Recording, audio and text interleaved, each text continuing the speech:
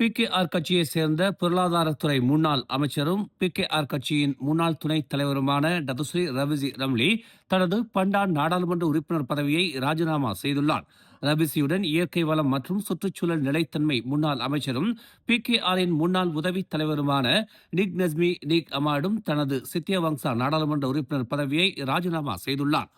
கடந்த பிகேஆர் கட்சி தேர்தலில் தோல்வி அடைந்த ரவிசியும் நிக் நஸ்மியும் அமைச்சரவையில் இருந்து விலகியதை அடுத்து தொடர்ந்து அன்வார் தலைமையிலான ஆட்சியை விமர்சித்து வந்தனர். தற்போது பிகேஆரில் இருந்து விலகி இருக்கும் இருவரும் பெர்சாமா கட்சியின் தலைமை பொறுப்பில் இணைந்துள்ளனர். கடந்த 2016 தோற்றுவிக்கப்பட்ட பெர்சாமா கட்சிக்கு புதிய சின்னமாக மான் சின்னத்தையும் அறிமுகப்படுத்தியிருப்பதாக பெர்சாமா கட்சியின் தோற்றுநர் தான் கின் தீம் தெரிவித்துள்ளார்.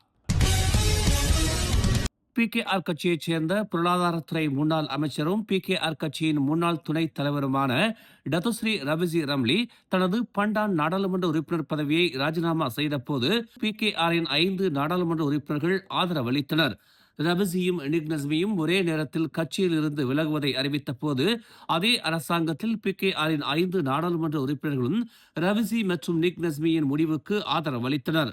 பாலி புலவ் நாடாளுமன்ற உறுப்பினர் வான் சிக், சுபாங் நாடாளுமன்ற உறுப்பினர் வோங் சென், அம்பாங் நாடாளுமன்ற உறுப்பினர் ரோர்ஜியா இஸ்மாயில், சுங்கை சிப்போட் நாடாளுமன்ற உறுப்பினர் கேசவன் சுப்பிரமணியம், வங்சா மாஜு நாடாளுமன்ற உறுப்பினர் சாகிர் ஹசான், பட்டாலிஞ்சயா நாடாளுமன்ற உறுப்பினர் லீ சீன் சுன் ஆகிய ஐவரும் ரவிசி மற்றும் நிக் நஸ்மியுடன் அதே நிகழ்ச்சியில் புகைப்படம் எடுத்துக் கொண்டனர்.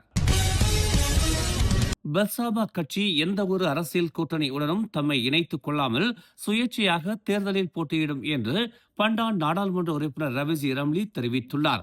அரசியல் வேறுபாடுகளை கடந்து தொகுதிகளில் போட்டியிடும் ஒரு பல்லின கட்சியாக பெர்சாமா தன்னை நிலைநிறுத்திக் கொள்ளும் என்று ரவிசி தெரிவித்துள்ளார். எந்த கூட்டணியுடனும் தாங்கள் பிணைக்கப்படவில்லை என்றும் தாங்கள் பல்லின கட்சி எங்கு வேண்டுமானாலும் போட்டியிடுவதற்கு தயாராக இருக்கிறோம் என்றும் அவர் செய்தியாளர் சந்திப்பில் தெரிவித்தார்.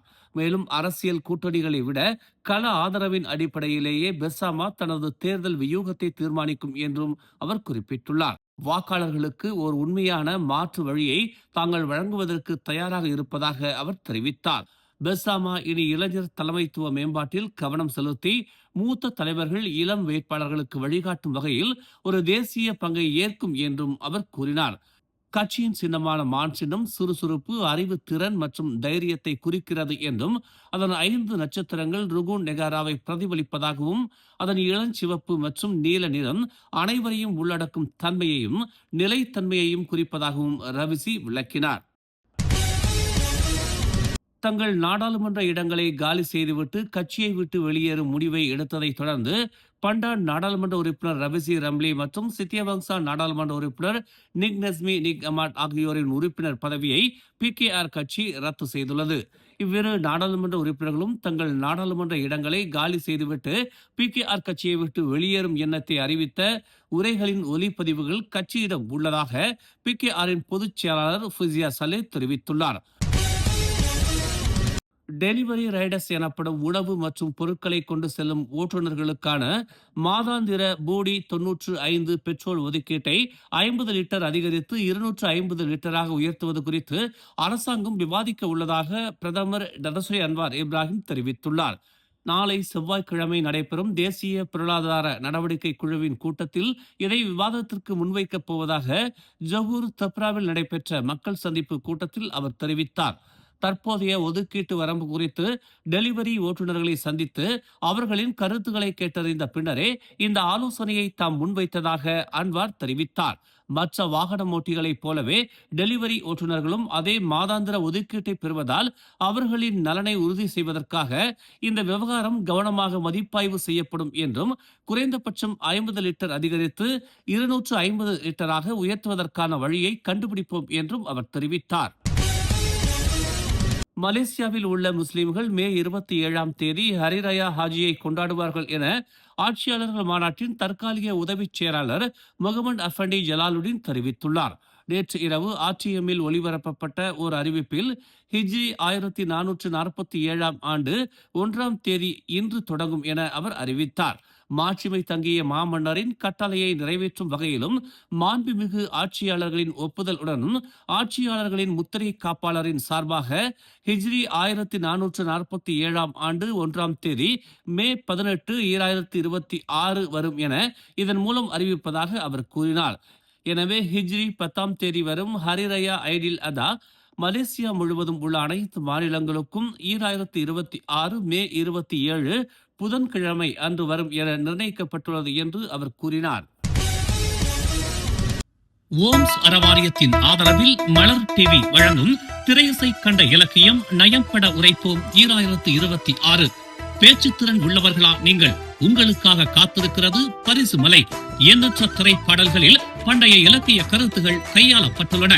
கண்ணதாசன், வாலி, பட்டுக்கோட்டை, வைரமுத்து முதல் பலரும் பண்டைய இலக்கிய செயல்களை தங்கள் பாடல்களில் கையாண்டுள்ளனர். அப்படிப்பட்ட பாடல்களை அடையாளம் கண்டு 5 நிமிடங்களில் விளக்கி நயம்பட உரைத்து காணொலியாக்கி அனுப்புங்கள். 2 பிரிவுகளாக இப்போட்டி நடைபெறுகிறது. பிரிவு 1இல் 18 முதல் 25 வயதினரும், பிரிவு 2இல் 26 வயது முதல் அதற்கும் மேலானவர்கள் கலந்து கொள்ளலாம். பெறப்படும் காணொலிகளில் இருந்து 10 பேர் இறுதி சுற்றுக்கு தகுதி பெறுவர். முதல் பரிசு 5000 ரிங்கிட் தங்க பதக்கம் கோப்பையுடன் சான்றிதழ். 2ஆம் பரிசு 3000 ரிங்கிட் தங்க பதக்கம் கோப்பையுடன் சான்றிதழ். 3ஆம் பரிசு 2000 ரிங்கிட் தங்க பதக்கம் கோப்பையுடன் சான்றிதழ் மற்றும் 7 ஆறுதல் பரிசுகள் 500 ரிங்கிட் கோப்பையுடன் சான்றிதழ். மேலும் அதிரடி பரிசுகளும் காத்திருக்கின்றன. இறுதி சுற்று ஆகஸ்ட் 29ஆம் தேதி மிக பிரம்மாண்ட மேடையில் நடைபெறுகிறது. போட்டிக்கான மேல் விவரங்களையும் விதிமுறைகளையும் malartv.org எனும் அகப்பக்கத்தில் பெற்றுக் கொள்ளலாம். தொடர்புக்கு 0112244301 என்ற எண்களில் அழைக்கலாம். பங்கேற்பாளர்கள் உடனே பதிவு பாரத்தை பூர்த்தி செய்து போட்டியாளராகுங்கள்.